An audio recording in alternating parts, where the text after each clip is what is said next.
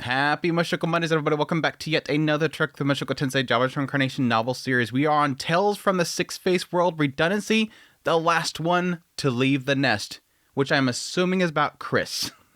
Which I'm going to assume is about Chris. I don't know. Hopefully there's some Lily stuff in here, because I think those are the two that really has had like the least amount really covering them. I mean, we don't really have much around Lada. We don't really have too much around Lucy, despite the fact that it seemed like they were pretty focused on her at first. We just had like an entire volume to Sieg, an entire volume to Otis. We need to get the girls.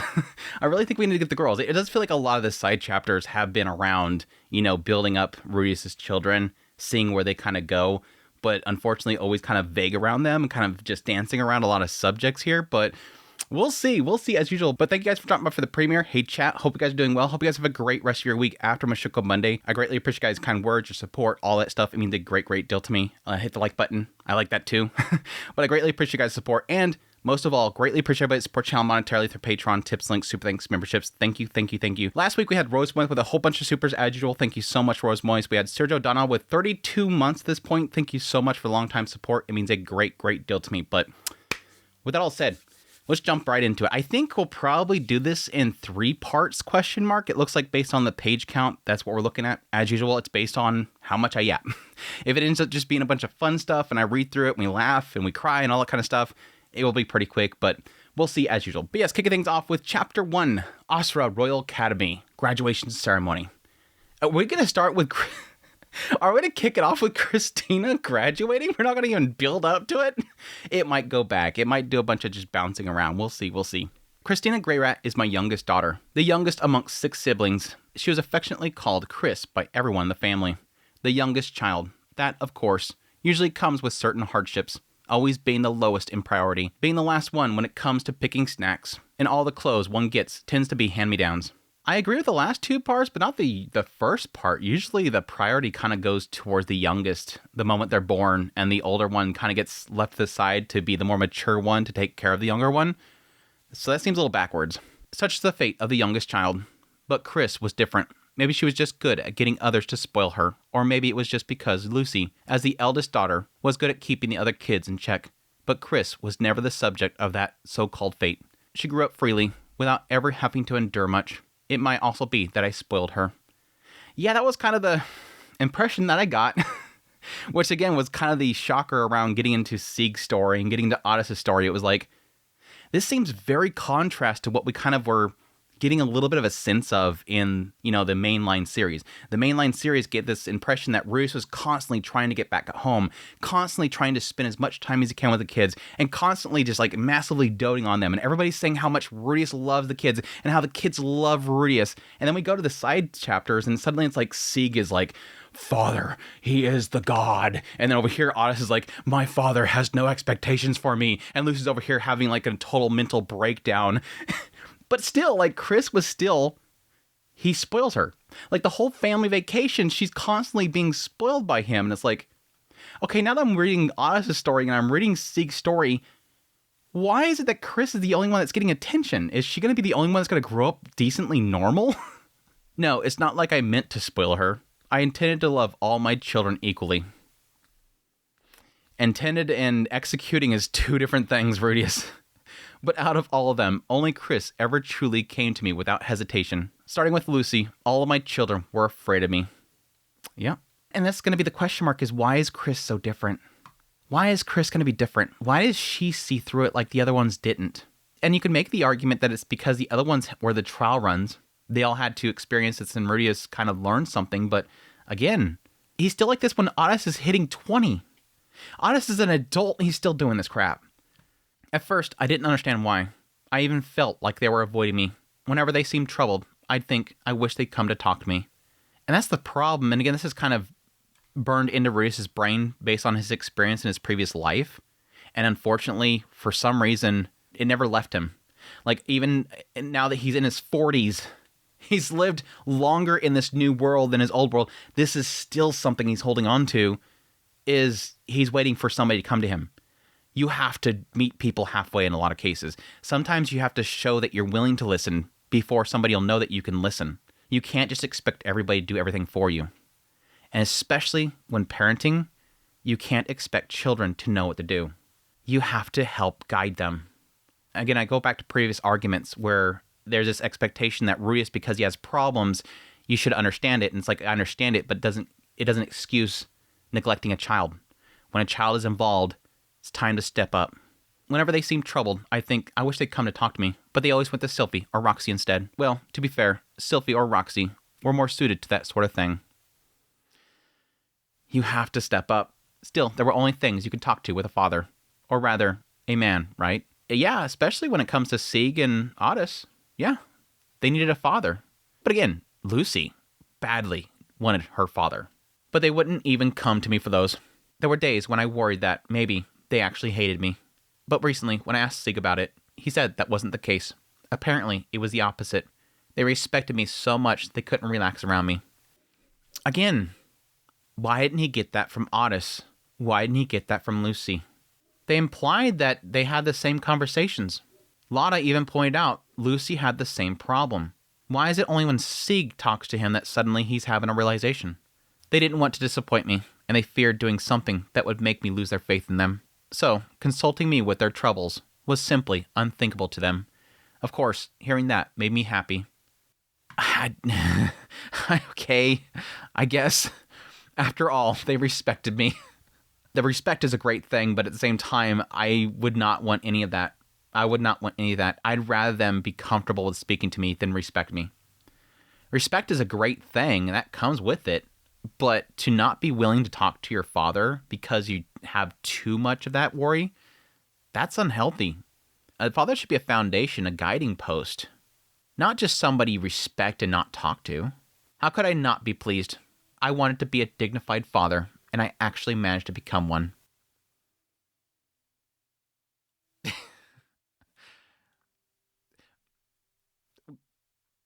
Moving on.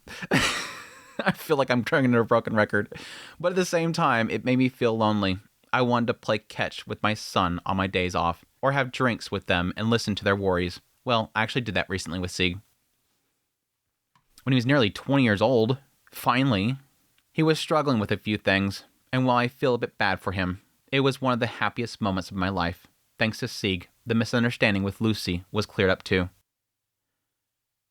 Okay, I'm going to have to go back and read what Lotta said there, because again, it implied that Lucy had the same problem. This is saying that Sieg, in talking to him, made him realize that.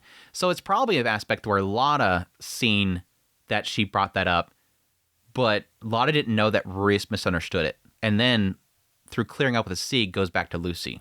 I couldn't thank him enough. Among all my children, Chris was the only one who didn't fear me. Well, Lotta probably didn't fear me either. But Chris was different from the others. She clinged to me, called me Papa, Papa, and acted adorably spoiled. Lucy and the others started to become more independent when they entered the Magic University. But even after Chris got into the Magic University, she never stopped saying, I love you, Papa. Aww. Of course, once she hit puberty, she started to keep a slight physical distance.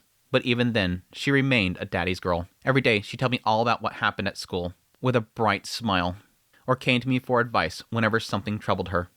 Again, I wonder what's so different. Again, every child acts differently. Every child's going to be different based on their own, subtle experiences when they're young. But it's like, God, this is so drastically different. And again, all the children, besides Lily, Lotta, and Chris, all of them have the same problem. Half the children have the same exact problem. Well, of course I would end up spoiling her. If she asked me for something cute, I'd buy it for her without hesitation. Damn, you had to literally be begged into it with Lily, but no, Chris is like immediate. What the heck is up with that? It's not that I intended to treat Chris specially. I always intended to spoil any of my kids if they came to me affectionately. Damn, apparently Lily was not putting on the charms well enough. But since the others almost never did, maybe I went a bit overboard with Chris. Lately, though, I've been spoiling Lotta too. The other day, I made her a chunk of metal at her request. It was a special metallic lump I created with magic, technically made with earth magic, so it was actually a lump of rock rather than real metal. But it had the same properties as the ones I used in my magic armor, so it was basically the same thing. I have no idea what she wanted it for, but she said that she wanted it, so I made it for her. Then she hugged me with a monotone thanks, Papa. But Lotta, well, how should I put it? She acts affectionate, but I get the feeling that she thinks I'm easy to manipulate. Well, that's fine. Better to be easy than to be unapproachable. Yeah, again, it goes back to that whole, respect versus not being communicated. Is like, there you should have a simple middle here. We don't need to have one or the other. You can have respect with still communication. There's this idea that you should respond to the father when they ask you what's wrong because you have that respect and that you know that you can go to them. Having a respect for somebody in a lot of cases means that you are willing to ask favors and ask for advice from them. A consoling respect rather than a fearful respect. Anyways, let's leave Lada aside. No, let's get more Lada. I want an entire volume on Lada. Come on. That's like the one I think I want the most, is like an entire volume on Lada. Right now, I'm talking about Chris. To be honest, Chris wasn't particularly talented. Her swordsmanship was average. Her magic was average. It's not that she was slacking off, but she wasn't especially driven either. And while she was the least capable amongst her siblings, she wasn't exactly a failure either. She graduated from the Magic University normally. She became an adult, then went to attend the Oxford Royal Academy. It didn't mention that she became the student council president. Do we finally have one that didn't join the student council presidency? In our family, it's a rule that after graduating from Magic University, our children attended the Oxford Royal Academy. That's to help become independent, to learn how to manage on their own after being thrown into a crowd of people. Life always comes with hardships. No matter how you live, difficulties will arise, but most hardships can be overcome. There are always ways to do it. Honing your own skills, coming up with clever ideas, making friends, and asking for help. Then why did Lily not go? Of course, one of those methods can also be asking for your parents' help. There are probably young people out there who refuse to rely on their parents, but it's still one valid option. Anyway, other families aside, if one of my kids asks for help, I'll do everything I can, depending on the situation, of course. That said, I can't always be at their side. A child will always be a child, and a parent will always be a parent. But there will come times when I can't help them anymore. For example, if I die before them. I mean, that's the blessing, right? For every parent is the desire to die before them. Hopefully not early, but still. That's why they need to practice now. In a safe place like the school, they have to learn to think for themselves, act with their own hands, and take full responsibility for their actions. It's so interesting how much his perspective on schooling has changed. If I remember correctly, way back with Norn and Aisha, he was all about the idea of like, yeah, I didn't care for school. I didn't really care to go there. Yeah, I think he did really enjoy his time going to school finally because, again, his previous life, he had no good experience there. And then when he goes to do it this life, he's like, cool, I get to experience things I need to experience, but I still acknowledge that it's like not the end of the world that you don't go. And so it wasn't that he was really kind of pushing on Norn or Aisha. And I think there was even a sense there where the only reason he was doing it is because father expected that. But it's like how he's changed so much to now that he knows like there's a lot of benefit to going there. I mean, he kind of hinted at a lot of the benefits still even back there, but now it's like a firm desire for them to do that for independence. And I think it's true, to learn to socialize and stuff like that. I mean, that was a big thing that I think Aisha needed, especially. But honestly, I was worried. After all, Chris was an ordinary girl. Honest, easily moved to tears. The most childlike of all my kids. Could such a girl really manage on her own without my protection? And that wasn't the only thing that worried me. Chris had always admired dazzling princesses ever since she was little. She'd on looked forward to attending the Oxford Royal Academy. She had always believed that it was a sparkling place where the princesses from fairy tales went to study. Well, since actual princesses did attend, and the place did indeed sparkle, she wasn't entirely wrong. But that place, the Oxford Royal Academy, was not just that. Yeah, it's like, you see the real side of all these princesses, see the nasty backstabbing side of princesses back over there. Although it was called a school, it was really more like a microcosm of Oxford Kingdom's nobility. Yep. It might not have been a den of constant conspiracies, but power struggles between students were a part of everyday life there. Yeah. Which I'm surprised they didn't get too much in that with Sigurd, but again, he kind of got isolated so fast. It wasn't like people were talking to him. I think the most that he got in the experience of it was probably from Sadiaru. I did try to teach her that, but Chris didn't really listen. She just gave me a puzzled look for a moment and then laughed, saying, "Papa, you're such a worrywart." Sending a timid, spoiled girl like her into a harsh place while she held such a naive idea about it. I couldn't help but worry. I was certain that something would go wrong. I even thought that she might get crushed by reality, like Sieg had ended up as a shut-in NEET. Honestly, there was no need for her to go there. For example, Lily never attended the Oxford Royal Academy. Okay, at least it's keeping consistent with it. But again, it kind of implied the idea that she's going to go anyways. Like, Chris is going to go anyways because she loves that place, loves the princesses and all that kind of stuff. Of course, in her case, she had a clear goal. She wanted to learn a trade and a strong desire to learn it from craftsmen instead of going to school. so I allowed it. Still, I really didn't want to send Chris there. Okay, so that expands a little bit on Lily's situation. Previously, there was speculation around the idea that the reason why Lily didn't go was because of what Sieg experienced there. He experienced that prejudice, and so that's probably why Lily didn't go. No, not the case. It was specifically, she wanted to learn a trade, and they were like, go ahead.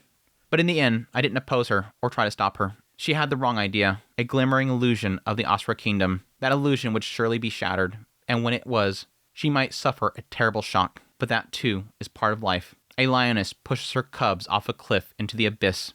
A tiger spends 10 years raising a fierce, villainous wrestler. If she failed, then so be it.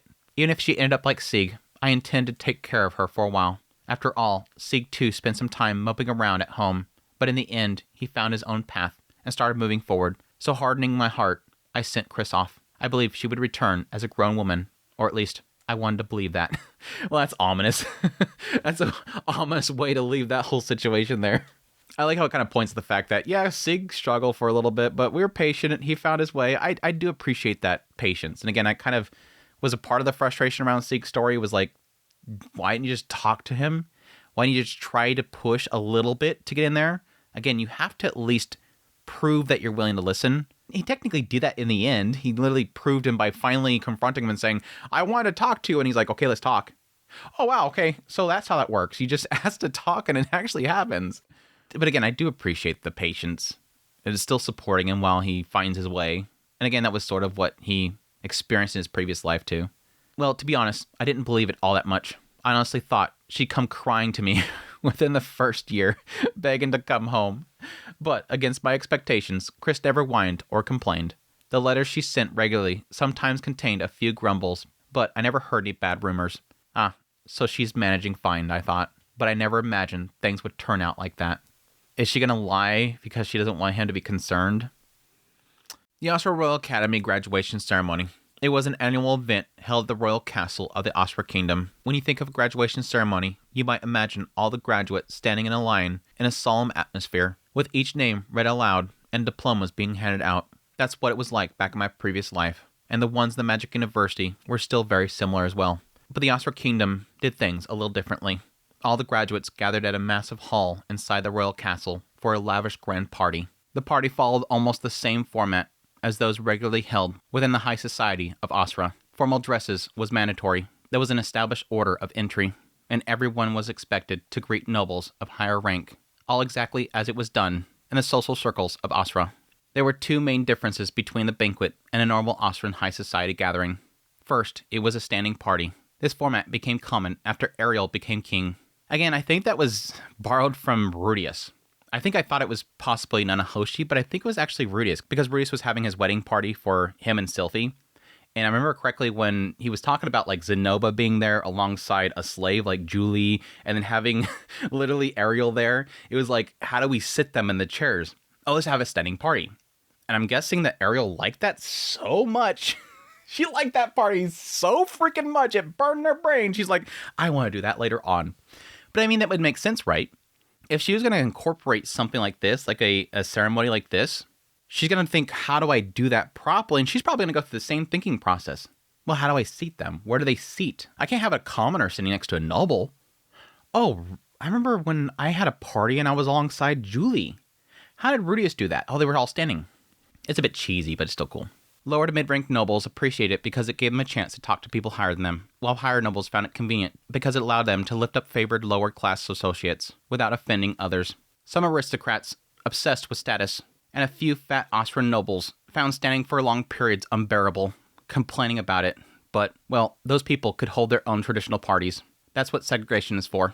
Second, during this party, all graduates were treated as equals. Among the students of the Asura Royal Academy, there were a vast difference in status. From commoners to nobles, and even amongst nobles. There were ranks ranging from low to high. Their paths after graduating also varied widely. Some became knights, some bureaucrats, some maids, some married into foreign nations, while others took over small territories from their noble parents. But during the graduation ceremony, all were considered equal. They were all given temporary status of graduates, which granted them the right to stand and meet with the royal family face to face. Even a kid amongst the slums, who once survived as a thief, and could never expect much of the future. If that person managed to enter the school and graduate without failing, Today, that person was a graduate to symbolize their equality. Even commoners were gifted expensive formal wear they could never afford on their own. I wonder if this was wrote before the Jobless Obliged, because it's like we're kind of just repeating a bunch of the stuff from there. So I'm sorry. Sorry for everybody watching this. It's like, this feels like deja vu. Did we just go through all this already? Yeah, this is literally repeating everything from the Sikhs chapter. I mean, it's expanding on certain parts a little bit more, but it's literally the same crap. They were dressed up to ensure that, as graduates of the Asra Royal Academy, they could be presented anywhere without shame. For this one night, they had a special status, the guest of honor, the stars of the evening. Of course, hierarchies still exist amongst the students. Grades, popularity, contributions to the school events, all of those mattered. But, to be blunt, family status also played a role. So while they were supposedly equal, that equality was just a formality. Still, once the next day came, that graduation status vanished, and everyone returned to their original positions. That's just the cruelty of social hierarchy. Well, yeah, that's an understandable thing there. This just literally is for the ceremony. And at the very top of that hierarchy stood one person, the most talented, the most admired, and the one who contributed the most to the school life, and who also came from an upper noble family. That person alone gave a speech at the graduation party, a speech representing all the graduates. In other words, the valedictorian's address. At the party, the most distinguished nobles of the Asra kingdom were in attendance. Among them, naturally, was the nation's ruler, Ariel Anamoy Asra herself. To be a student able to give a speech on how talented one was, and how much one could contribute to the kingdom in front of her, it was a great honor. Are you going to tell me it's going to be Chris? I mean, this is buttering this up a lot. It's either going to be someone that's really in conflict with Chris, or it's going to be Chris, because they're building this up so freaking much. But not only an honor, it was also an opportunity to have the king and the high nobles remember one's name, and to demonstrate that one's family was of excellent stock. Because of this, the parents who engaged in power struggles of the Asra Palace placed immense expectations on their children. They would tirelessly remind them to take the top spot in their class, and the children, for their part, would strive to live up to those expectations. Okay, we're building this a lot, Refugin. We're spending 3 paragraphs to talk about how amazing this is to do. To achieve results that would not disgrace their family's name, and to graduate with pride, they devoted themselves wholeheartedly to their studies, events, and even to build their own factions. Of course, aiming to be the top wasn't just about meeting parental expectations. Factions formed at the academy often became one's vassals after graduation, and creating such groups was also good practice for maneuvering within the Asra Kingdom's social structures. Being amongst the top of the academy meant that one had to be capable to survive in the very heart of the Asra Kingdom. Any ambitious youth, regardless of their parents, would seek to be number one here. And are we going to talk about whose is? And the one who emerged victorious from such a fierce competition became this year's top student was a single young lady, the eldest daughter of the Yellowsnake family of the Asra Kingdom, Viola Yellowsnake.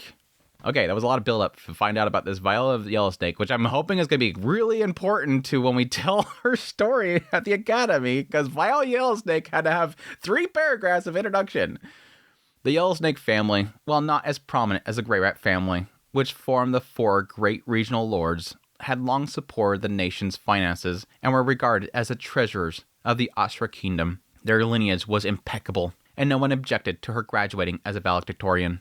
The head of the Yellowsnake family proudly boasted that his daughter had managed to surpass even the royal family and the Grey Rats and taken the first place. Viola was a beautiful girl. Her slightly curly, brownish golden hair was tied up, and she wore a vivid red dress. Her sharp, narrow eyes might usually give a mean impression, but on the stage of her speech, they looked dignified. Her speech was confident, and it was clear that she was used to standing in front of others. She truly was impressive. From here on, I intend to use my strength, knowledge, and experience I have cultivated at this school to contribute to the kingdom. Glory to the Asra Kingdom. The speech ended without incident, and the hall erupted in thunderous applause. With that, the speech portion was over. Next, Her Majesty Ariel would deliver her congratulatory address, then raise a toast with Viola, after which would come the time for dining, conversation, and dancing. I could then rush over to Chris and offer her my congratulations. Just thinking about it made me smile unconsciously. Chris had her own position to maintain, of course, so I'd need to approach her with a composed expression. That was what I was thinking when something strange happened. However, there is someone here who is unworthy of being called a graduate of the prestigious Asra Royal Academy. Chris? In front of royalty and all this kind of crap? You better have some good evidence if you're going to be pulling this kind of crap in front of all these people. Viola continued to speak. Though her speech was over, she clearly still had more to say.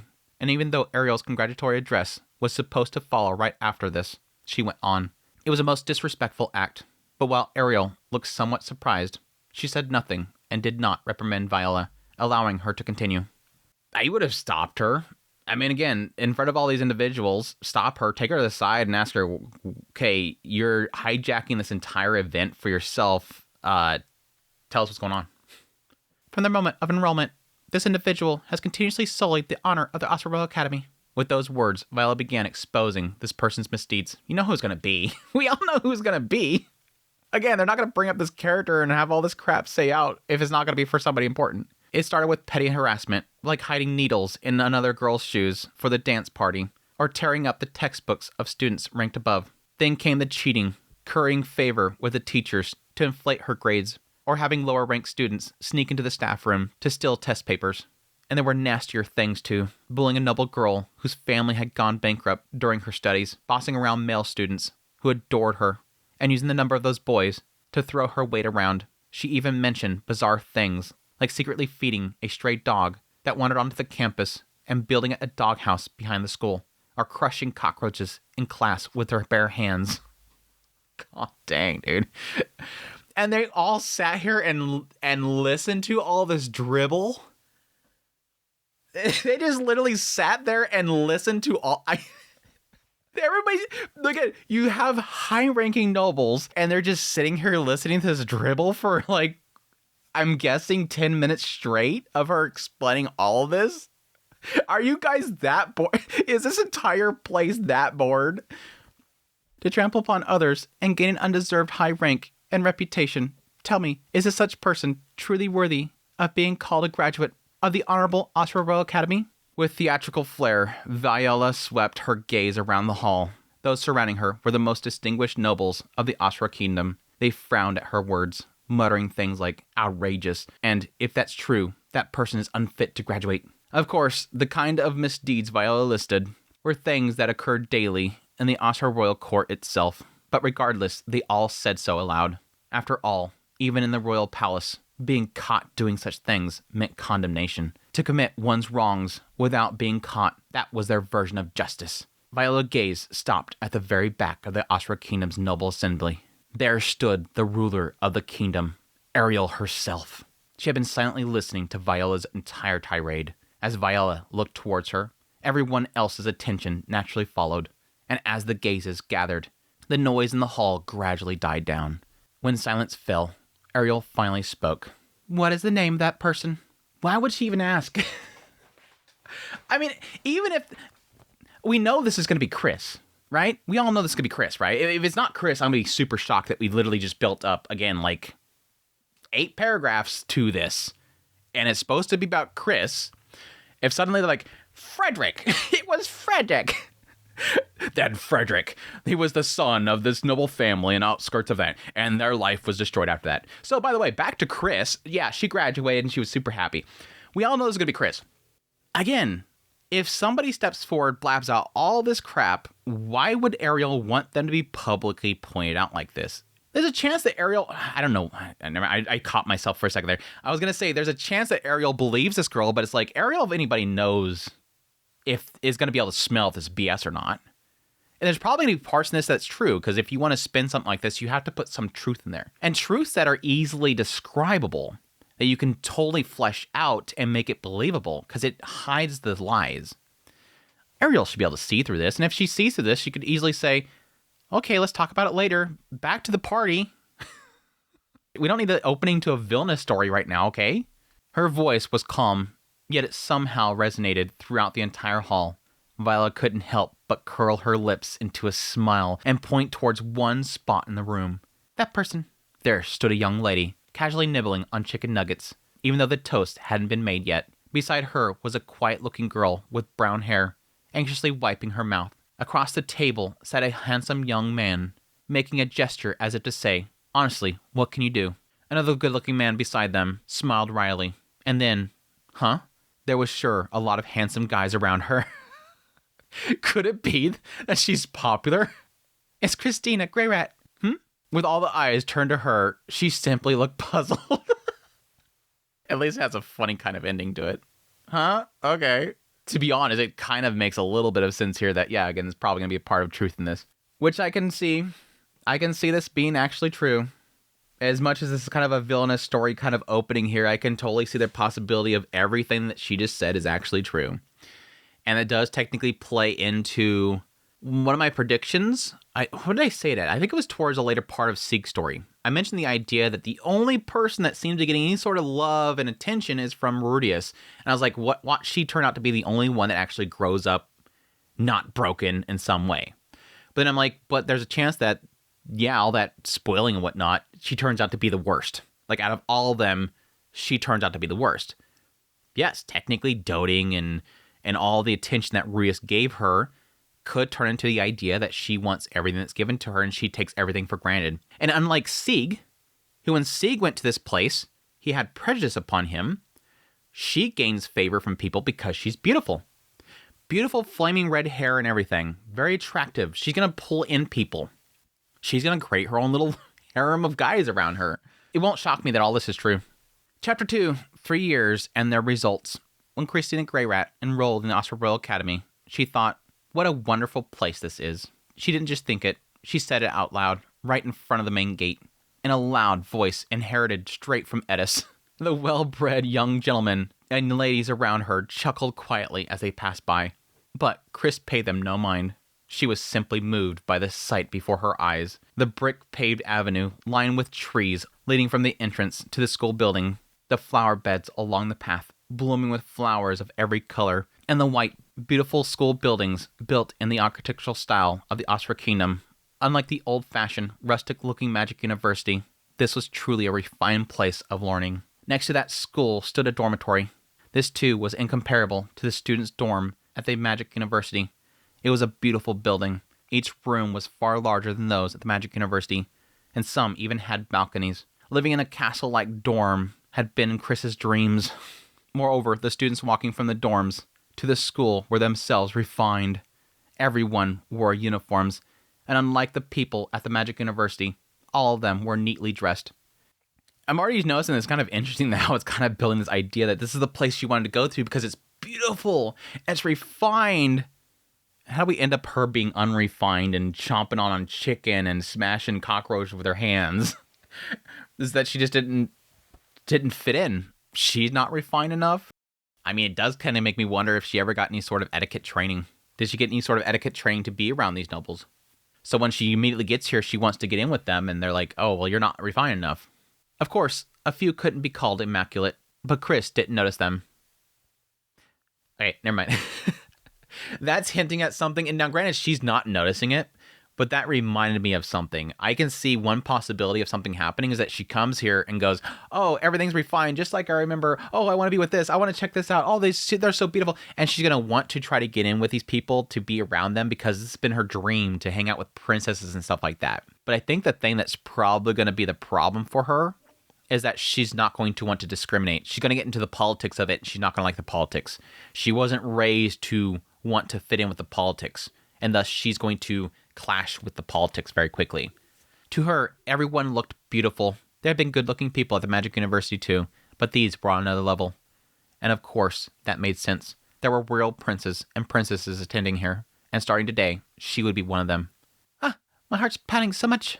Overcome with excitement, Chris spun around in circles, then crashed into a tree, screaming when a bunch of caterpillars fell on her and got laughed at loudly by nearby boys. Even so, Chris had at last achieved her dream. She now was a student at the Osprey Royal Academy. Let's see how it goes downhill from here. Kind of interested. Chris had started attending the Osprey Royal Academy out of admiration for the life of princes and princesses. But her very first friend wasn't a noble or a royal. Chris's first friend was a commoner girl from a rural village in the Fatoa region of the Osprey Kingdom. Yep. All right, there it is. Confirmed. She meets a commoner, doesn't have that prejudice. She's going to clash with the politics. Right now. That's how her story's going to play out. is she's going to clash with all these princesses, going to clash with all these nobles, and she's going to be an outsider. That girl had earned top marks at a newly established school in Fatoa and was recommended for admission to the Ashura Royal Academy. Her parents were thrilled, of course, but so were all the villagers. Everyone celebrated as if it were their own joy. The whole village gathered to congratulate her, collected money, and even prepared her traveling expenses. Aww. The true village mentality right there. She was deeply grateful to the villagers who had celebrated her as if she were family. She swore she would study hard at the Royal Academy, serve the Lord of Fatoa, and devote herself to developing the village that had been so kind to her. Aww. All right, for father, mother, and everyone back home, I'll do my best, she vowed. But she was too talented and too much of a country girl. The Ashura Royal Academy claimed to admit students purely on merit, without regard to birth, a place of absolute meritocracy, where talent alone was valued. But in reality, it was different. More than half of the students were nobles, or from families of equivalent status. Naturally, that meant social hierarchies existed. Yep. And I wonder if she was one of the girls that was sort of described when they were back at the party. I wonder if this person's even still here. That would be an interesting kind of twist there, to have her driven out or worse, and that's what kind of sends her down a spiral. Those who had lived in towns with some contact with nobles knew the unspoken rules of social rank. And I kind of wonder if this is more of the reason why Viola doesn't like Chris, is because I bet this girl was about to beat her in all the classes. And she was probably pushing down on her, and Chris stepped in. Because they're talking about this girl smart. Those who had lived in towns with some contacts with nobles knew the unspoken rules of social rank. For example, if you scored higher than someone of far higher birth, you should show restraint and humility, allowing that person of higher status to take the lead. Yep, starting to build into it right now. I literally just talked about this. Even if it was just a little, that sort of thing. But she was unable to do that, and because of that, she caught the eye of a certain high-ranking noble. And thus, bullying began. It was something much more malicious. The high-ranking noble used her status as a weapon and treated her like a slave. She ordered her around with trivial errands to rob her of study time, ban her from entering classrooms over petty reasons so she couldn't attend lessons, burned her textbooks so she couldn't study, and even urged her to drop out. And I wonder if that's Viola. I wonder. No one came to her defense. Everyone pretended not to see. The noble was simply too powerful. She had come here to study, but every day that noble made it impossible to learn anything. She spent every night crying. The vow she had made so firmly was already starting to crumble. She wanted to go back to that warm village full of kind people. And then, one day, she was saved by someone. By Chris. Chris gracefully confronted the noble who was bullying her. Everyone, behavior like that is hardly fitting for such a beautiful academy. Did she fold her arms, though? Did she fold her arms? She was completely ignored, but Chris didn't back down. She got heated, starting a shouting match, lost in words, snapped, and swung her fists. I was about to correct myself earlier. I'm like, but she's more of a fine girl. Nope. That Edda's blood kicks in and she goes for the Boreas punch. It didn't take long before she swings with a Boreas punch. Oh, we got Edis in school. She did not stay a little prim. But again, Edis was spoiled too. I mean, Edis was technically spoiled a lot too, just like Reese is spoiling Chris. And so there's no doubt that she becomes the next Edis at school. Even though it was one against many, thanks to her parents' training, she somehow managed to win the brawl, losing her temper when words failed. That was surely the Boreas blood in her. There it is. Yep. That kicks in. Get that Boreas punch in there. In any case, though it was far from graceful, she managed to save the girl. Chris, with her face swollen and blood dripping from her mouth, smiled and said, "From now on, I'll protect you, okay?" I'm sorry, I gotta do Edis's voice for her. Hearing that, the girl cried. It was the first time she had shared tears of joy since coming to the Ashura Royal Academy. From that day on, she and Chris became friends. At the same time, Christina's struggles at the Ashura Royal Academy began. See, this is the bummer part.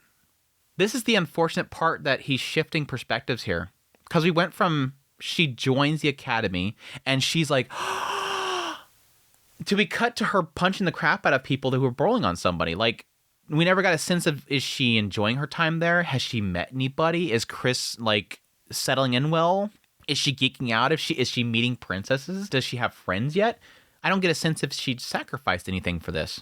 Just that it was wrong, obviously. It's not the beautiful thing that she wanted, obviously. It's not the beautiful world that she was expecting. It kind of gives you a sense that she's going to pretty much try to create her own beauty in the academy. This is what I expected, and so I'm going to punch it into people. Clashes between Chris and the high-ranking nobles occurred many times afterwards. The high-ranking nobles tried to make Chris obey them, but she stubbornly refused. Chris wasn't a citizen of the Ashra Kingdom, and more importantly, she had been taught something by her parents. Bullying the weak is absolutely wrong. Faithfully following that teaching, Chris opposed the high-ranking nobles, and the people she helped were not limited to just the girl who became her best friend. There were plenty others suffering the same way. Chris helped those people, one by one. To be honest, that life was very different than what she had imagined. It's so funny that she's doing the same thing as Sieg did, but Sieg at some point backed down. I wonder if she's going to have the same experience of somebody coming to her and saying, you're going to make your family look bad if you keep doing this. And then she just says, no, my family said to do this, so I'm going to keep doing it. Like, what's going to make her not back down like Sieg so quickly back down? Because he was doing that. Sieg was helping the bullied and beat the crap out of the guy. And the guy came by and said, no, you're sipping off your dad's power, but you're not making them look good. Chris helped those people one by one. To be honest, that life was very different than what she had imagined. She had thought nobles were elegant beings who would never fight. Yeah. Ain't no way in hell they didn't warn her about this stuff. There ain't no way in hell again, I think Rudius mentioned that he was trying to tell her, and it didn't seem like she wanted to listen. Again, she thought that went in one ear of Chris and not the other. It's like, oh, so you're gonna see these people and they're really elegant and beautiful. And she's like, and they're really nasty and beautiful. Yeah, beautiful. What else? It just goes. That part just flows right through. It doesn't even stick. In reality, while a few things did fit the image, the majority were filled with ambition and greed. Chris shouted, "This isn't what I imagined at all." Reality there perfectly matched Reese's prediction, but she didn't run away. By then, Chris already had many friends. Yes, Chris hadn't been fighting alone. Each time she helped someone, she gained a new companion. Those companions gladly lent her strength when she tried to help someone new. And Chris, in turn, was often helped by her friends. Among them, there were two that stood out in particular. One was the girl that Chris had first rescued.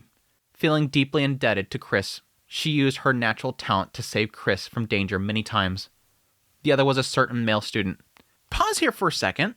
Going back to earlier, one of the things it was digging into was the idea that within this academy, individuals, of course, will shape their futures.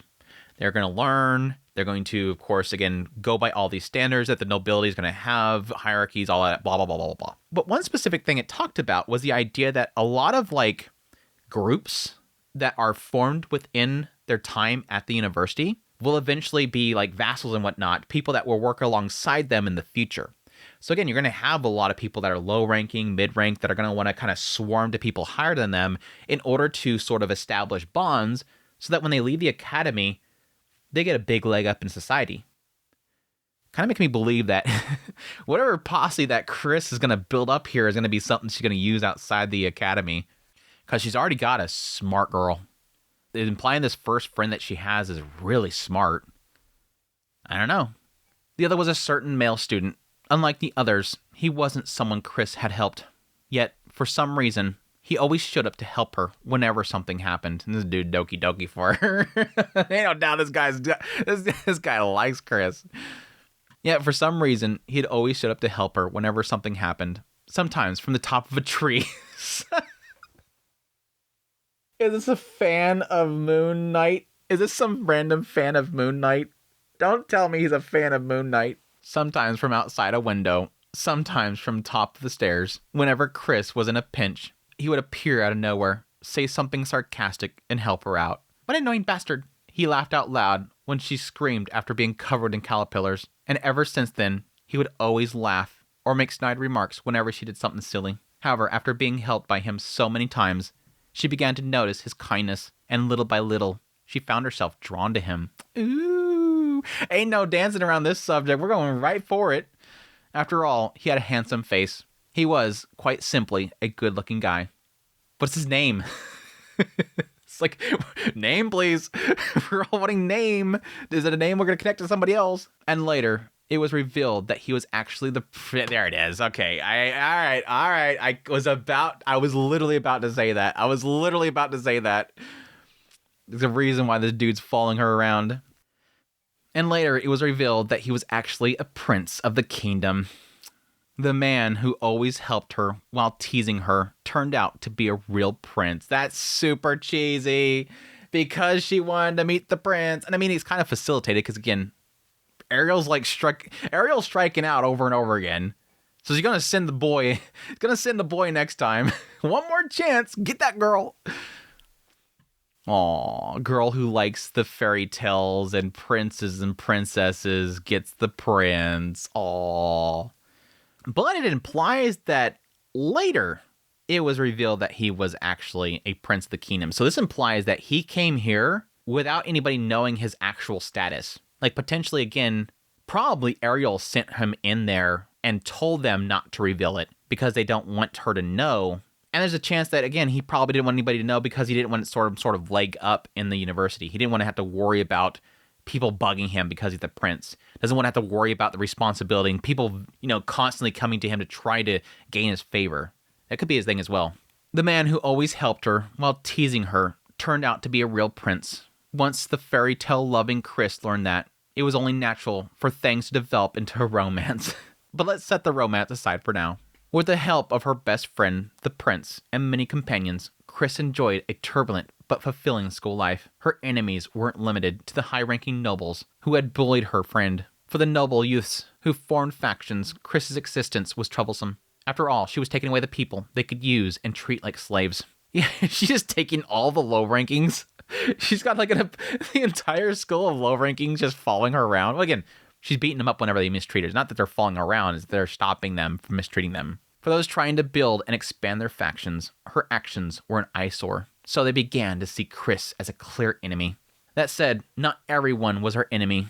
Some were intrigued by her actions and chose to side with her. In particular, those gentle, non-confrontational nobles who lived leisurely, the very kind of nobles Chris had once idealized, often supported her because such nobles had no intention of taking part in faction conflicts to begin with. Many of them were already set to marry elsewhere after graduation, or were exchange students from other countries, so there was little benefit for them joining faction struggles.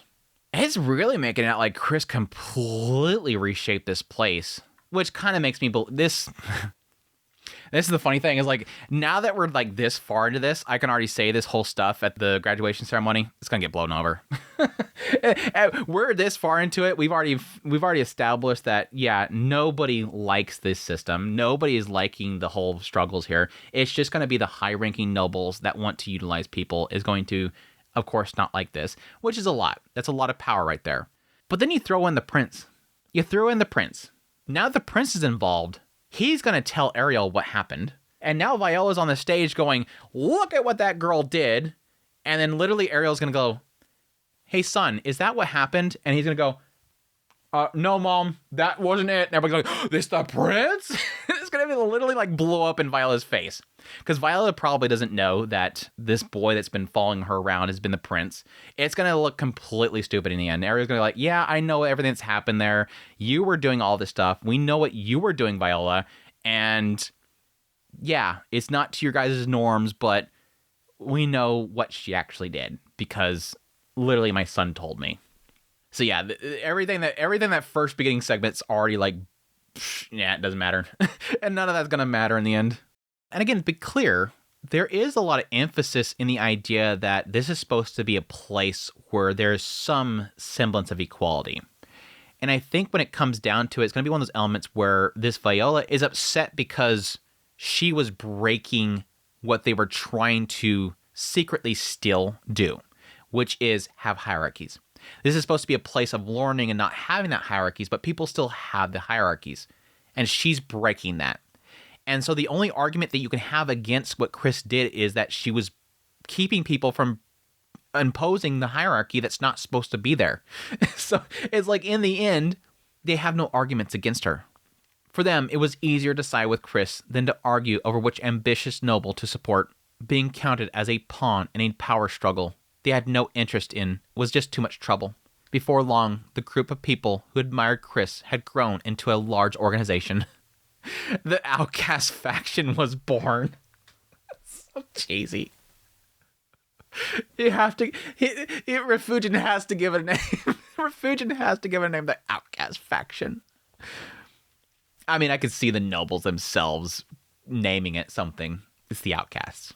Most of their enemies didn't do anything in particular against Chris. Even though she had gathered people around her, they were still of low status. Her enemies looked down on them, thinking they could never pose a real threat. However, there was one person, someone who especially loathed Chris and attacked her every chance she got. Her name was Elizabeth Topcoat. I thought it was going to be Viola already. Apparently we're going to wait on Viola. Her name was Elizabeth Topcoat.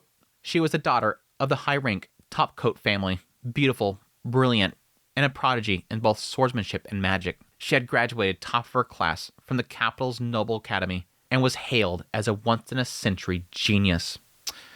Yeah, some real competition now. But the Topcoat family was only middle to lower tier amongst the high-ranking nobles. Her excellence more than made up for it, and everyone said she was sure to graduate at the top of the Royal Academy this year. Apparently Viola did. Sorry. Apparently Viola did. There was a reason for why she hated Chris so much. Though, to be fair, it wasn't a particularly serious one. Back when Chris first enrolled, the girl she had fought to save, who would later become her best friend, had been bullied by Elizabeth. And she never let it go. No doubt she never let it go. Elizabeth was brilliant, but arrogant. Born talented and always ahead of everyone else, she saw her peers as either trash unworthy of notice, trash she had to pretend to respect, or toys suitable for her amusement.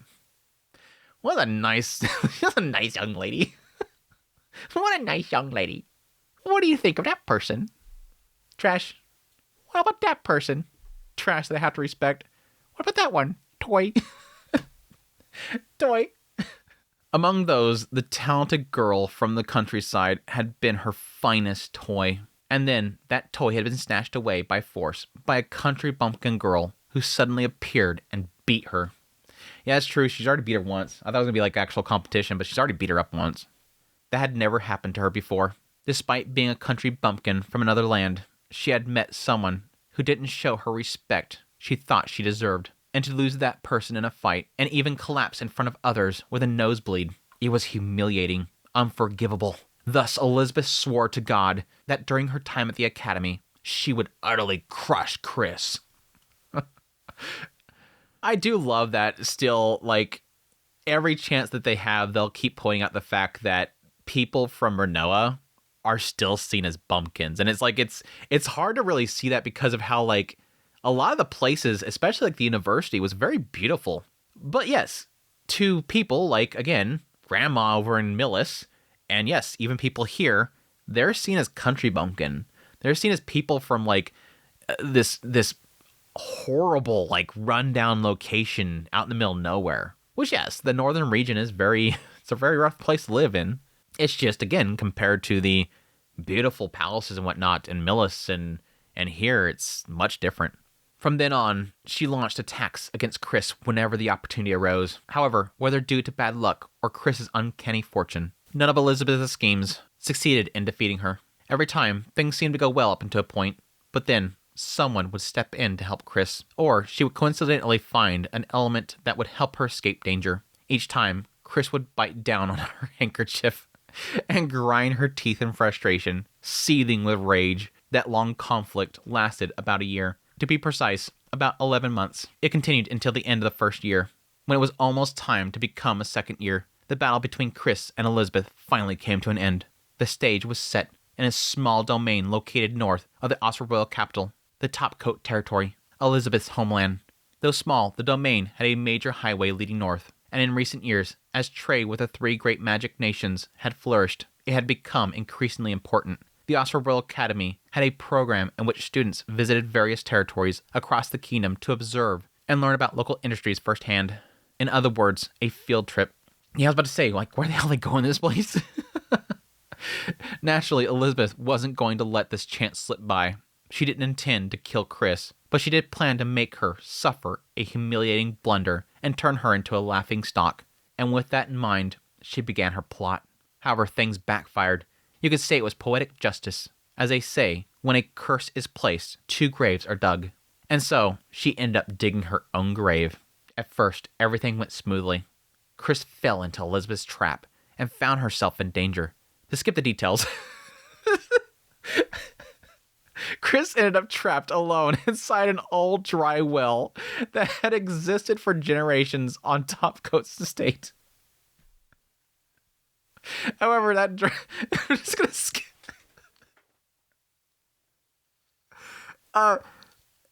Long story short, she's in a whale now. It's like, we're not gonna explain how she's in a whale. It's like the whole thing where it's like you accidentally hit the skip button and suddenly your character's fighting a massive tornado. Where did we get here? We were in this building here and then suddenly now we're fighting a tornado. However, that dry well had a secret. The secret was that the head of the Topcoat family had been secretly manufacturing narcotics. Deep within the well was a passage leading to an underground drug production site. Where is this going? See, this is where we need the build-up. That illegal operation was exposed by Chris with the help of her best friend and the prince who came to rescue her. In the current Osra Kingdom, the manufacture of certain narcotics and aphrodisiacs was permitted under strict regulation. However, production required government approval, and unlicensed production was, of course, a serious crime. Yep. A little bit of a backfiring. And a little bit of a backfiring. We not only had her stop herself from getting, messed with and embarrassed, but we literally destroyed her family. The revelation caused an uproar like a hornet's nest being stirred. After a messy chain of events, the Topcoat family's land was confiscated, and their noble rank was downgraded from high to mid-tier. At the same time, Elizabeth's own social standing collapsed. She was expelled from her faction's leadership and reduced to a mere underling. From that point on, Elizabeth no longer dared to meddle with Chris, and thus Chris's battle at the Osra Academy came to an end. No, I can totally see this being one of those situations where she concocts this whole plan to ruin Chris, and Chris completely misses that she's even after her, and they end up discovering this whole thing, and then Elizabeth's life's destroyed, and in the end, Chris didn't even intend any of it to happen. But yeah, in the end, Elizabeth thinks it's her fault. Or so it should have. ... Does she join her faction? Is Elizabeth going to join her faction? In truth, it was only the beginning. By defeating Elizabeth, Chris had effectively become the leader of the Academy's largest faction, both in name and in influence. And from there, she was thrown into the heart of the Academy's faction struggles. I thought she was already the biggest faction. It kind of implied that she was already. And that's why, because Chris had endured such a turbulent 3 years, she didn't panic when Viola suddenly called her out by name during graduation ceremony. She remained calm, completely calm. With perfect composure, she finished chewing and swallowed the food in her mouth, drank a glass of water, took a handkerchief from her friend beside her to wipe her lips, brushed the crumbs from her chest, cleared her throat, and then, suddenly, she burst out in a flustered voice. "How cruel of you, Viola! How could you say something like that?" Okay, that wasn't what I was expecting.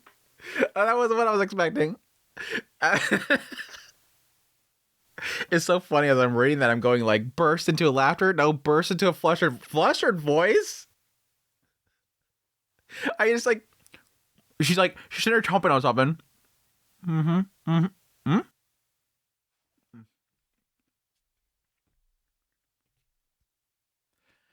Why would you do that? Why would you say something like that? How could you? Then she raised her voice for everyone present to hear. She cried out in protest. "I haven't done anything like that." When accused of something you didn't do, you must clearly declare your innocence. That was essential for surviving in the Osra Kingdom. It sounded obvious, but in practice, it was quite difficult. Because, as in this case with Viola, sometimes people tell lies mixed with truth. As I was saying earlier. Yeah. It makes sense because you're able to properly describe it because it's a truth. But then you have the lies in there that are going to be more difficult to describe and are going to be least able for people to picture. The best way that I understand how to do it is essentially you start things off with a truth, And you describe it with, like, details that are like, why would you even talk about that? Like, it was so cold, I literally felt my arm itching, and I realized that, I don't know, for simple example, I forgot to put deodorant on. And then you go in to talk about the lies. And the things that stick out are like those really odd details of like, why would you bring that up? But it makes it sound more truthful because you brought up such a fine detail like that seems purposeless. But yeah, right here, she's basically just mixing in truth with it. Honestly, things that people in that room are going to nod to. And then nobles are going to notice that people are nodding to it. Oh, this person must have seen it. For example, Chris had once fed a dog inside the school grounds. If she hesitated, saying, well, it's true that I fed a dog, but, or faltered in her words, that would already be falling into the opponent's trap. I mean, that's the truth for these kind of things. You have to put the person on defense. So the best way to kind of counter that element is to just plainly say, nope, ain't happening. Nope, I'm not falling into that. The accuser would immediately press the attack and quickly win over the surrounding crowd. And once the crowd turned against you, it was practically a loss. In this Asura kingdom, truth could easily be twisted. Even if truth managed to spread accurately, suspicion and doubts would always remain, and clearing those took more effort and time than telling lies ever would. While you spent that time and effort, your opponent would already be making their next move, putting you at a greater disadvantage. That's why you deny it. You deny everything immediately. If the accuser recalls seeing it themselves, and the evidence is all there, and one judges they cannot escape accusation, then one must apologize immediately. It's one or the other. This time, Chris chose to deny it. Lady Viola, today is a graduation ceremony. Her Majesty, the high-ranking nobles, your father, and my father all here. Why would you tell such a lie? Then she clearly declared to those around them that Viola is lying. She completely and decisively denied the lie mixed with the truth, and instead turned the accusation back on her. By doing so, Chris now stood as one of the attackers. She was now on equal footing with Viola. Since Viola was graduating at the top of her class, they weren't completely equal. Some people would think, if the top graduate says so, then it must be true, and believe Viola's words. Even something as small as that can influence people's judgment. So the situation was still unfavorable. However, at the very least, it was no longer a scene where Chris was being one-sidedly beaten down. Why? In response to Chris's counterattack, Viola replied as if it was only natural. When asked if she was a type to falter when asked why, she never would have started this in the first place. She acted because she was fully prepared to crush Chris completely. That much is obvious, because I could no longer stand it that an incompetent person who commits nothing but misdeeds would dare to call themselves a graduate of the Honorable Asura Academy. Her voice was loud, but not shrill. It was a resonant, powerful voice that came from deep within her belly. It was a kind of confident tone that made it seem as though she had planned to say those words from the very beginning. And those words, by and large, won the agreement of those around her. If Chris really was an incompetent who only did wicked things, then she would strip her of a graduation at once. That kind of mood began to spread. That can't be. Even if I'm not as talented as Lady Viola, I've always applied myself earnestly to my studies and my friendships. Chris lowered her eyes sadly.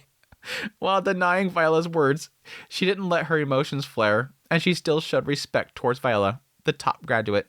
Seeing that the students, especially those from Chris's faction, believed her words, Chris was never outstanding enough to be number one, but without a doubt, over these past 3 years, she had worked hard in both her studies and her relationships. It was well known that before tests, Chris would wear a white headband, something quite unfitting for the Royal Academy, and study vigorously in the library. What are the white headband? That's such a Japanese thing. Did she learn that from Rudius? She learned that from Rudius. If she'd truly been cheating by having someone steal the test answers, her grades would have been so mediocre, and everyone knew that too. Because of that, some of the students began to accuse Viola instead. Won't you stop this, Viola? The first to jump out was a young man. He had a well-shaped nose, slightly drooping eyes, and beautiful platinum blonde hair with a hint of waviness. By all appearances, he was a handsome man. His name was Edward Anemoy Asura. There he is. There he is, apparently. So they know, I wonder, a prince of the Asura kingdom, and someone who had often come to Chris's aid. He stood protectively in front of Chris and spoke to Viola in a commanding tone. Take back what you said at once, and apologize to Christina. Damn, boy. Prince Edward, are you taking the side of Christina over me, your fiancé? Oh, there it is. There it is. Well, this answers two things here. One being the fact that people know that it's a prince. Again, I was assuming that he was, again, keeping his identity a secret the entire time, which is honestly very difficult to do. Let's be perfectly honest. But the other side of it is why this girl doesn't like her so much. Why does this girl hate Chris so much? Why does she want to destroy Chris so much? Because she's about to lose her guy. She's about to lose her chance to get into the royal family. Lose her chance to get her family tied in with the royal family. That's why she's trying to destroy Christina. And it's sad because it's like, that's the easiest way to shoot this all down. Viola, are you just scared that she will take your boy away?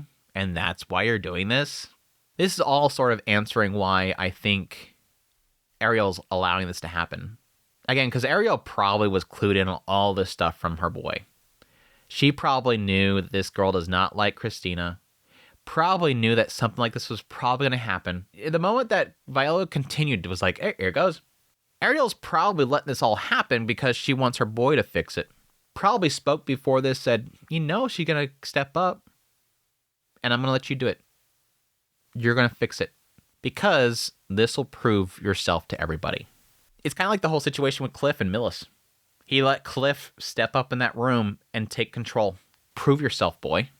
Fiancé, yes, while Edward and Chris had shared some romantic moments, in truth, he was Viola's fiancé. Of course, it was something arranged by their parents, a political marriage between the upper noble family of Yellowsnake and Ostroyle family, meant to strengthen their ties. But what is Ariel's choice here? Is Ariel letting him fight it? I can see Ariel letting him fight it.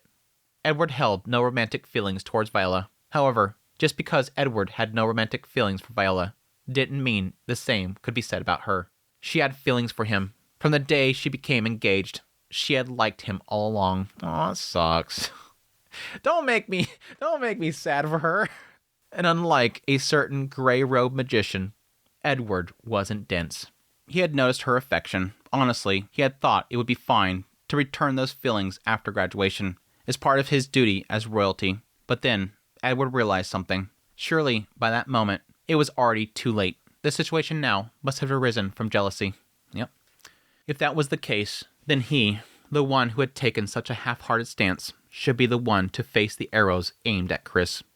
That was why he stepped forward. Wow! It's so crazy when you have a guy who's not completely oblivious. They just handle the situation. It is so crazy after so long of this series having oblivious dudes and finally having one that's not oblivious. Things just change completely. That was why he stepped forward.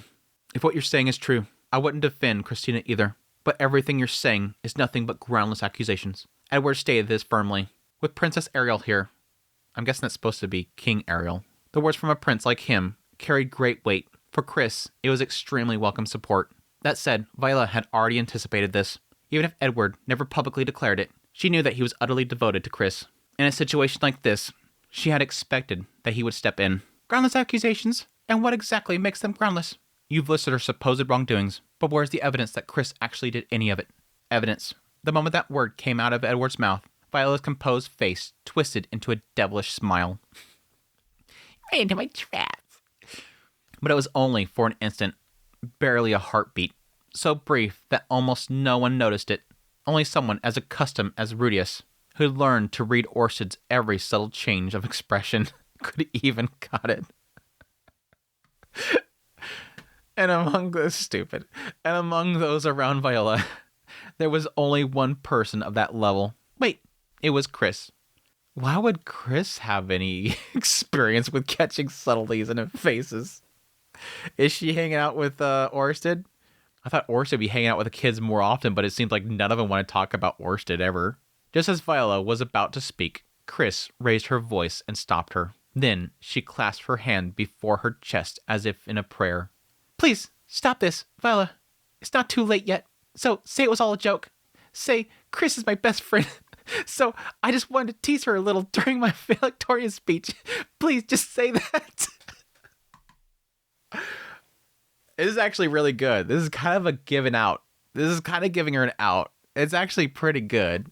It gives her an out, and it also makes people downplay what Viola is doing.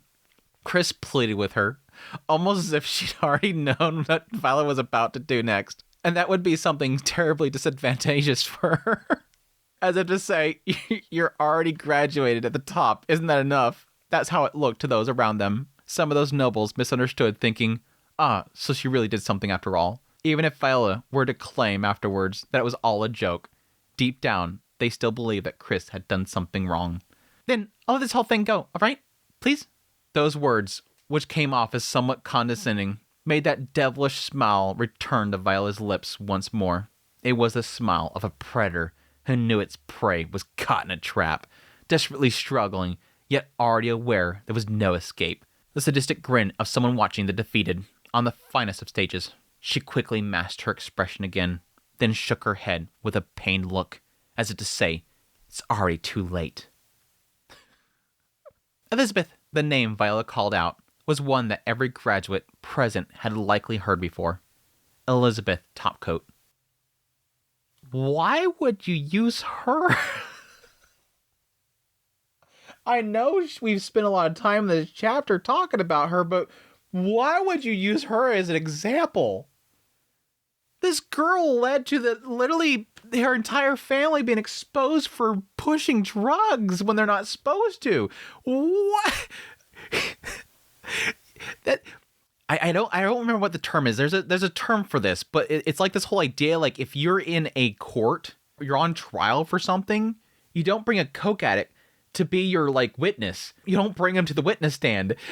The credibility of that individual is going to be crap, and your opposition is going to bury you alive with it. Why would you bring the coke addict to your trial? A girl once said to be a guaranteed top graduate who entered the academy but fell into ruin and disappeared within a year. Someone moved at the edge of the hall. That person slowly walked forward, parting the crowd as she came. She looked to be about the same age as Chris and Viola. Her radiant blonde hair was styled with drill-like curls at the sides of her face, yet she carried herself with a modest air that belied her glamorous appearance. Compared to Viola, her dress was far simpler, inexpensive, and subdued in color. When she reached Viola's side, she lightly lifted the hem of her dress and gave a graceful bow to the surrounding nobles with a calm expression. My name is Elizabeth Topcoat. From the Topcoat family. At the mention of her name, murmurs spread throughout the hall. The name was fairly well known within the Austria kingdom. Naturally so. It had only been 2 years since the house had its land confiscated and fell into ruin. It was far too soon for people to have forgotten. And I'm going to be really annoyed if they try to turn this into something where Viola's like, and Chris made up all this stuff, and it wasn't actually the Topcoat family. Because you're like, okay, now you're just calling like the entire king of Austria to be incompetent to actually handle this situation. With a faint upward curl of her lips, Viola asked Elizabeth, Elizabeth, tell me what has been done to you. 2 years ago, after my family fell from grace, I was scorned and looked down upon endlessly. When I resisted, I was threatened that my family would be driven into deeper ruin, and I was treated like a servant. Her tone was flat, but her expression told another story. Her lips were pressed tight, her molars clenched, and from the hardened expression oozed unspeakable resentment. It was easy to imagine how unbearable that humiliation must have been for Elizabeth, who had once lived as a high-ranking noble, and that expression alone was proof enough that her words were not lies. It wasn't just Elizabeth. As Viola said that, students began to appear from all around the hall. Most were girls, though a few boys were amongst them. About 10 in total. They lined up beside Elizabeth and began introducing themselves one by one, nearly all of them of low birth. At present, 1 or 2 were middle-ranking nobles, while all the rest were low-ranked nobles and commoners. I'm assuming she's probably offering them something. Hey, will you turn against her? Because once you graduate, you're never going to see Chris ever again. So come over to here, help me out with this thing, and then I'll get you a favor once we leave here. Because Chris is going to go back up north. She ain't going to have nothing to do with you. Everyone, please speak the truth. This is your last chance. At Viola's urging, they each stilled their resolve and began to expose what had been done to them. One had needles placed in their shoes before a dance party. Another had their textbooks torn to shreds. One was told to sneak into the staff's room and steal the exam papers. One was used after having their feelings of affection manipulated, and then discarded when deemed no longer useful. And one had their beloved pet killed for amusement. The last one's a bit like off the left field. It's like school bullying, stealing some exam papers, love manipulation, romance and manipulation. Then they kill a dog. Okay. Though they try to speak in calm, even tones, perhaps taking cues from Elizabeth, the emotions seeping from beneath their words could not be concealed. Frustration, anger, and above all, the sense of liberation that came with finally being able to speak. The nobles who listened nearby to the confessions, filled with emotion, grew enraged. I'm assuming they were probably coached and trained, probably had plenty of time to practice. Or they're able to act this out really well. Why? Because this happened to them. These things happened to them. Elizabeth, either herself or seen other people do these things to these individuals. It just wasn't Chris. And so they can speak on what happened to themselves and feel with pain and anguish, but they're not talking about Chris. So it's very easy to have that emotion in there. Unforgivable, they thought, though most of them had done similar things themselves. If you peel back a layer. I'm sorry, that was good. I'm sorry. That kind of caught me off guard. How dare she do that to them? I did that too, but how dare she to my boy? Or that boy? Most of them have done similar things themselves. You peel back the layer. The nobles of Astra were the kind who always believed that they were different. Of course, those who lived honestly were simply and genuinely angry. Everyone, thank you for having the courage to speak up. While observing the reaction around her, Viola said that solemnly, then glared sharply at Prince Edward. Here's the evidence, Prince Edward. With this many witnesses gathered, do you still call it false accusations? That is, Edward's face twisted painfully. He never imagined that Viola would have prepared something this elaborate. Not a very smart boy. Not a very smart boy. She had graduated from the top of her class. If she used that position to incite the high-ranking nobles, it would be more than possible to strip Chris of her graduation qualification. I guess? It would be too obvious, though. Wouldn't it be too obvious? It's something that, Rudius and Ariel and anybody that's, backing Rudius and Ariel would easily be able to snuff out. But she had prepared evidence, meticulously, deliberately, all to crush Chris beyond recovery. Normally, Edward would have been prepared as well. He would have gathered proof that Chris had done nothing wrong, but he had let his guard down. Today was a graduation ceremony, and Viola was the top student. In other words, Viola was already the victor. He never imagined that the victor would go further to do something like this. I mean, that's true. But again, it depends on if the fear here that Viola has is that Chris is going to take away the prince. There's a lot of this right here where it's jealousy and she wants to destroy that girl. But there might be the fear here that Chris is going to come back and marry him and take that position.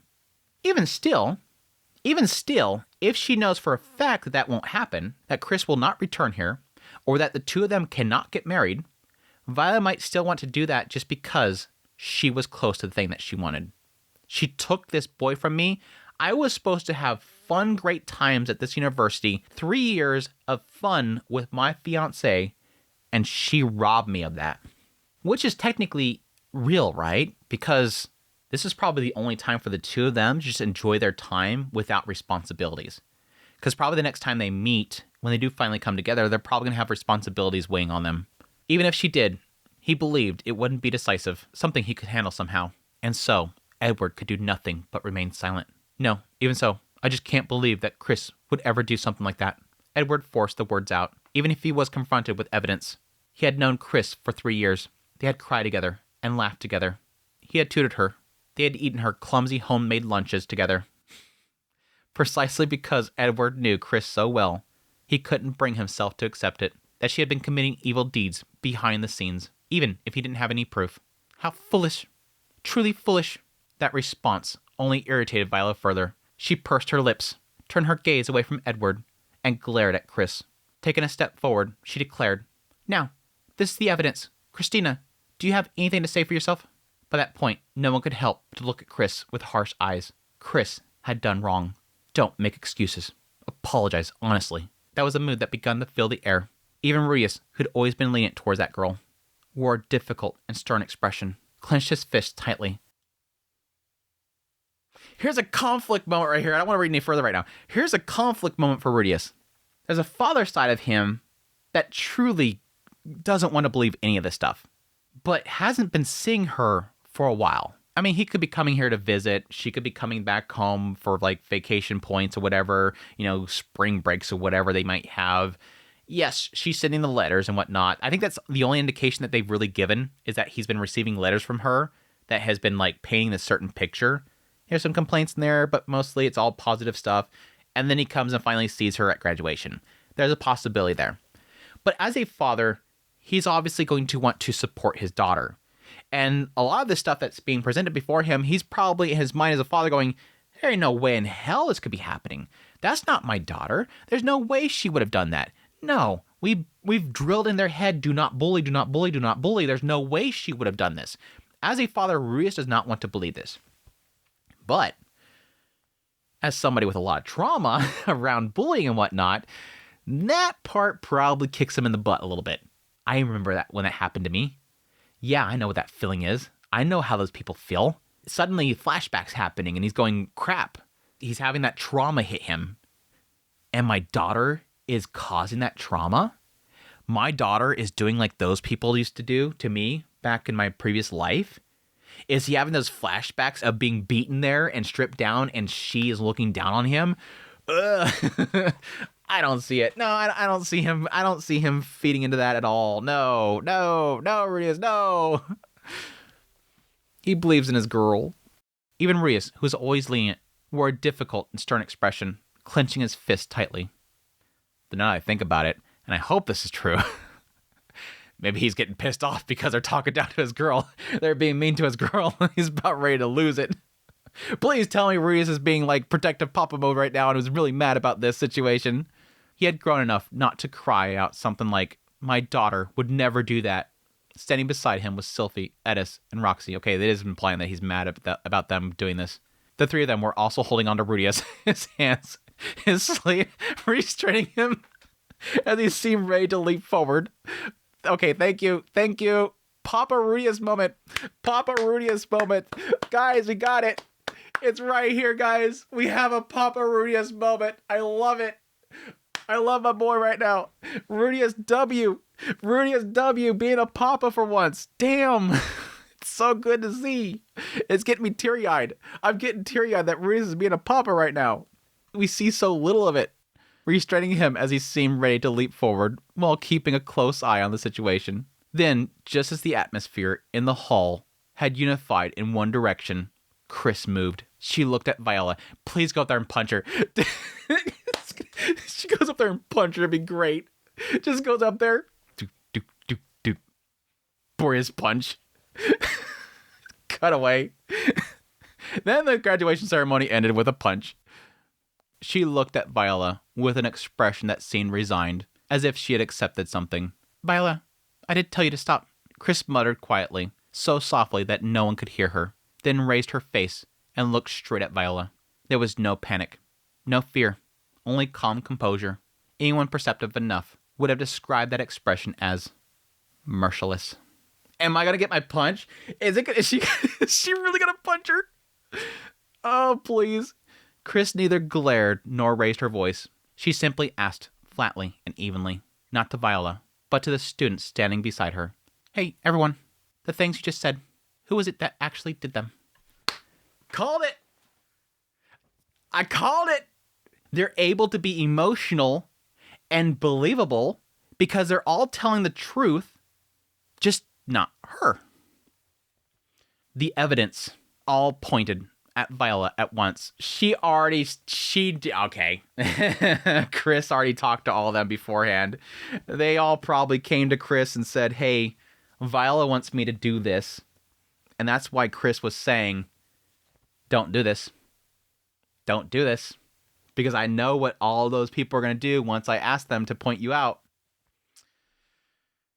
And that is chapter 2. I'm going to call it there. It's probably a little bit shorter recording than usual, but I I don't want to break into the chapter. So I think this is probably going to turn into being probably a 3-parter coverage for the last one to leave the nest. I'm liking this so far. Honestly, I feel like there's very little to really kind of discuss in this one already. Unfortunately, so far, this story hasn't been much of like experiences, what the people are going through. It's really just kind of laying out an account of what happened. And unfortunately, a lot of that stuff doesn't really have much to really kind of discuss. A lot of that stuff, unfortunately, does not have much to discuss, but it's still been a good read so far. I'm excited to see this new side of Chris, a side that's not like this spoiled brat that's getting everything that she wanted. She's somebody that has seemingly found her own life. Independence. It's exactly what Reese was talking about early on, was independence. Sending them to a school like this, away from the family, in order for them to learn to stay on their own, deal with situations. Again, similar to what he talked about, I think, with Norn specifically, or maybe it was Lucy, sending them to a school so that they can have failures. They can meet people. They can have challenges and not immediately be able to turn around and say, help mom, help dad, fix this. It's a good thing to help children grow a lot. So anyways, again, I'm going to call it there. Next chapter is chapter 3, Downfall. I hope you guys enjoyed this premiere as always. If you did, make sure to hit the like button before you guys leave. But I appreciate you guys dropping by and everybody that's joining me for this. Again, I acknowledge this is probably going to be one of those ones that nobody's read this before. So a lot of people in the premiere, this is going to be new for you guys. Again, I want to emphasize for a lot of people, be careful about spoilers and whatnot, because not just me, there's going to be a lot of people in the premiere that's not going to know what the story is going to have in it and what's going to unfold. So it's a lot of fun. I do like these ones where it's not had an official English release. That way, a lot of people are joining me with this. We all get to experience this first time reading through this. It's been really good. But again, I hope you guys enjoyed. If you did, make sure to hit the like button. But I appreciate you guys' support, all your kind words, all that stuff. It means a great deal to me. And as usual, I greatly appreciate that support channel monetarily through Patreon, tips, links, super thanks, memberships. Thank you guys so much for partnering with your hard-earned money or support this. It means a great deal to me. But until next week, until the continuation of Chris's story, y'all take care.